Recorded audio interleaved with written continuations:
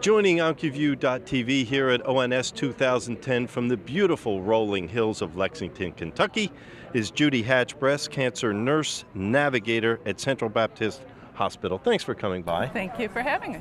Navigation's a topic of great interest today. Why so? When you get the diagnosis of cancer, you're immediately thrown into crisis, and then you have to figure out what's going on, and you have this medical team, and navigation helps be an advocate for the patient and family and helps you get through a lot of the hurdles that would be difficult for a patient to do.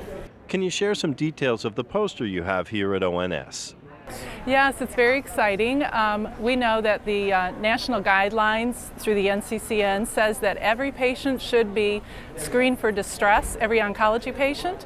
And so if you do that, you want to really look at your program, your cancer program, and find out what resources you have for your patients so that when you do screen them for distress, you know what you can do.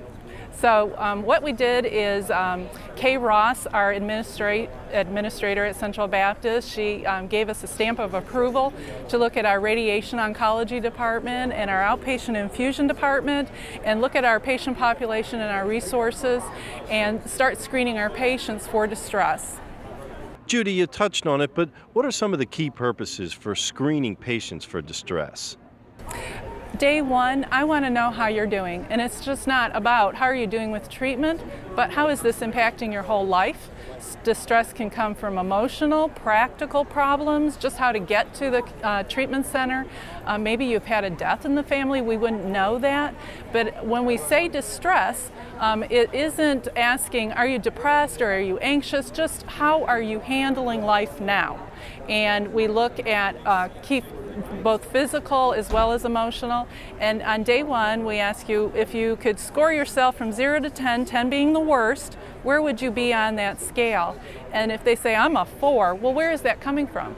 Is it coming from a physical problem? Is it coming from your children are not handling this well? What's going on? So we really look at people holistically.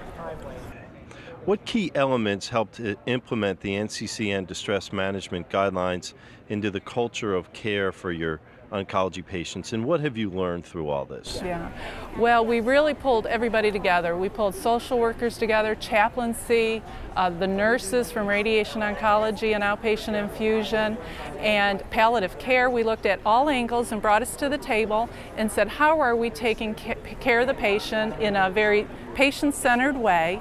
And the key factors were we really had to educate nurses on how to screen for distress and how the patient would handle being asked, are you distressed? Well, of course I'm distressed, I have cancer. So we really had to talk to them about what we were asking when we asked that question.